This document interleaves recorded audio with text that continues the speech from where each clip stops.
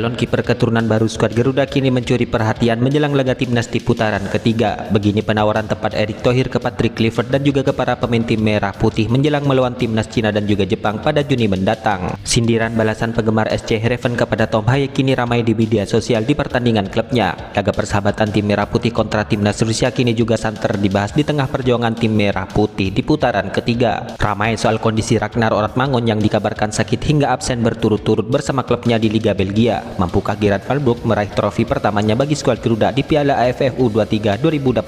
Simak informasi selengkapnya sebagai berikut.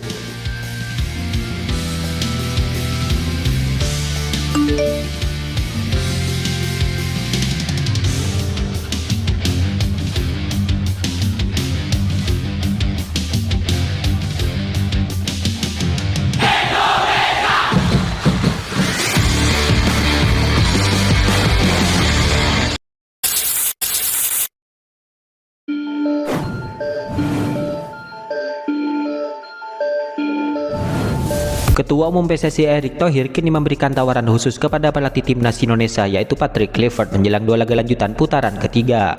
Ya, timnas Indonesia akan menghadapi timnas Cina pada 5 Juni mendatang. 5 hari kemudian skuad tim merah putih bertandang ke markas timnas Jepang untuk melakoni laga pemungkasnya. Menjelang pertandingan ini, Erick Thohir pun memberikan tawaran kepada Patrick Kluivert agar skuad tim merah putih bisa datang lebih awal agar dapat menjalankan persiapan yang lebih matang. Bahkan pada Juni mendatang, saya tawarkan kepada tim kepelatihan, mungkin para pemain juga jika mereka datang lebih awal untuk mempersiapkan diri, ujar Erick Thohir. Ya, Erick Thohir mengatakan bahwa pihaknya mengamati situasi kompetisi di Eropa yang sudah berakhir pada bulan Mei mendatang. Oleh karena itu, tim merah putih bisa berkumpul lebih cepat. Kami punya pertandingan tanggal 5 Juni dan 10 Juni Cina dan Jepang. Dengan kompetisi mungkin lebih berakhir pada pertengahan Mei. Jadi tergantung kapan Anda bermain. Mereka akan bersantai dengan keluarga. Namun kemudian kita konsolidasi. Mungkin kita berlatih lebih awal. Itu akan bagus karena program ini benar-benar kami perhatikan secara detail. Bukan hanya program saja, ucap Erick Thohir. Ya, pertandingan melawan timnas Cina dan Jepang tentu sangat menentukan bagi skuad Garuda untuk menatap Piala Dunia 2026, di mana skuad Garuda saat ini berada di peringkat keempat klasemen sementara dengan 9 poin.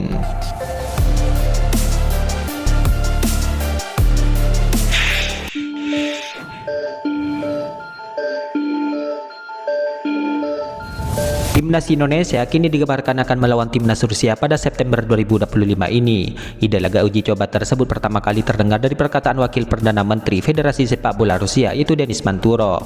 Ya, beberapa hari yang lalu ia mengumumkan keinginan pihaknya untuk menggelar pertandingan persahabatan antara timnas Rusia dan juga timnas Indonesia. Di antara acara penting mendatang, saya ingin mencatatkan rencana untuk mengadakan pertandingan persahabatan antara tim nasional sepak bola Rusia dan Indonesia, kata Denis Manturo. Ya, berawal dari pernyataan itulah akhirnya kini ada pembicaraan dari pihak Rusia dengan PSSI, di mana sejauh ini pihak PSSI pun sudah memberikan tanggapannya, di mana PSSI pun mengetahui bahwa adanya rencana Rusia untuk menggelar laga persahabatan melawan timnas Indonesia. Namun nyatanya PSSI belum menerima ajakan itu secara resmi. Kami belum mendapatkan kabar apapun tentang rencana menggelar pertandingan persahabatan antara tim Rusia dan timnas Indonesia, kata layanan komunikasi tim nasional Indonesia kepada media Rusia. Ya, dengan adanya laporan tersebut maka dapat dipastikan bahwa sejauh ini belum ada kepastian kapan laga akan digelar. Jika benar ada, maka kemungkinan akan digelar pada September 2025 ini. Hal itu mengingat padatnya jadwal skuad tim merah putih. Contoh saja seperti pada Juni 2025 nanti, di mana timnas Indonesia masih sibuk berjuang di grup C putaran ketiga. Andai lolos ke putaran keempat, maka kemungkinan skuad Garuda baru akan bermain pada bulan Oktober mendatang.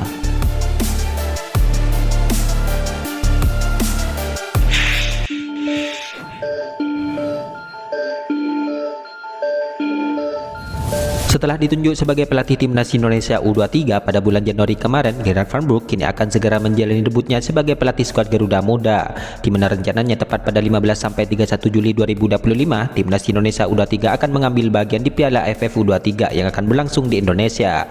Dua venue pun sudah dipilih untuk ajang 2 tahunan ini, yaitu SUBK dan juga Stadion Patriot Candrabaga. PSSI memilih Stadion Utama Gelora Bung Karno Jakarta dan juga Stadion Patriot Candrabaga Bekasi untuk menjadi tempat mandiri ASEAN U23 Championship 2025, tulis PSSI di halaman resminya.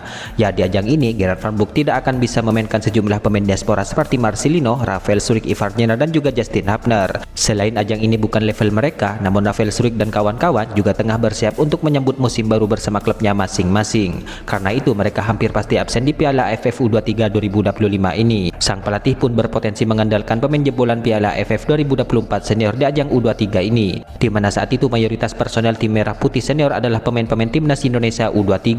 Beberapa di antaranya adalah Cahya Supriyadi, Muhammad Ferrari, Kadek Arel, Donitri Pamungkas, Arkan Fikri, Arkan Kakak, dan juga Hoki Caraka. Bermodal pemain di atas, sanggupkah timnas Indonesia U23 juara di ajang ini? Ya, tentu ini menarik kita nantikan.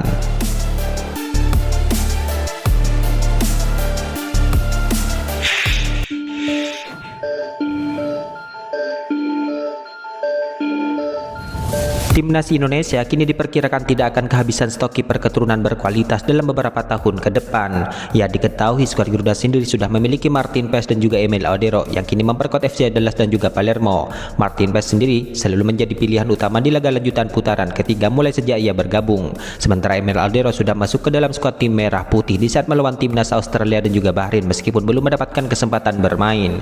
Tidak hanya kiper keturunan, namun skuad tim Merah Putih juga memiliki stok kiper lokal yang berkualitas, di mana kiper tersebut seperti sosok Hernando Ari, Nadio hingga Muhammad Riyandi.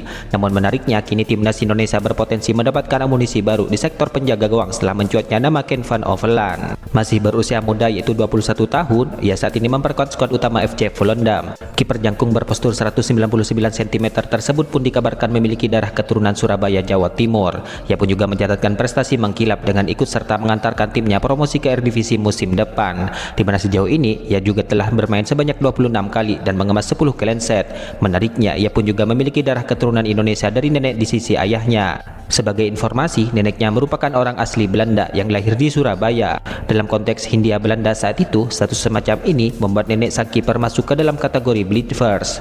Hal yang sama juga berlaku bagi kiper timnas Indonesia saat ini, yaitu Martin Paes. Ken merupakan pesepak bola dari Belanda yang mempunyai darah keturunan Indonesia dari nenek di sisi ayahnya. Neneknya lahir di Surabaya zaman Hindia Belanda. Neneknya merupakan etnis Belanda yang lahir di Hindia Belanda atau yang lebih kita kenal Bleeders, tulis akun Instagram football.indonesia. Ya, jika benar-benar diproses dan memilih memperkuat tim Merah Putih, maka dampaknya bisa sangat besar bagi sepak bola nasional secara keseluruhan. Dengan usia yang masih menginjak 21 tahun, ia memiliki waktu panjang untuk membela skuad Garuda. Jika prosesnya dilakukan dalam waktu dekat, maka ia bisa menjadi bagian dari proyek jangka panjang tim Merah Putih hingga 10 tahun ke depan.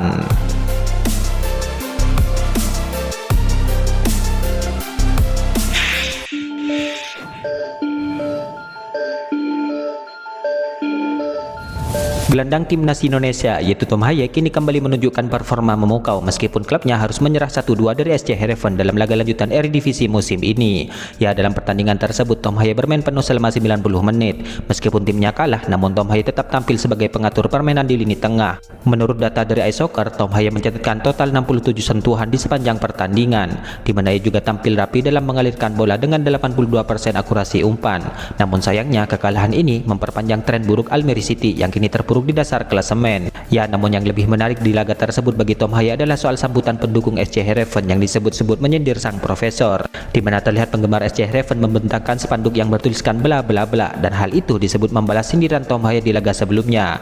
Ya, Tom Haye sempat mendapatkan sorakan dari penggemar SC Heerenveen di setiap ia memegang bola di laga perdananya kala itu. Setelah Tom Haye ditarik keluar di pergantian pemain, Tom Haye pun mengangkat tangannya seakan menyindir pendukung sang lawan. Ya, sambutan sindiran balasan pun juga menarik perhatian di media sosial kepada Tom Haye di markas SC Heerenveen, di mana spanduk sindiran tersebut kini seakan menunjukkan soal kondisi hubungan mereka di Eredivisie Belanda.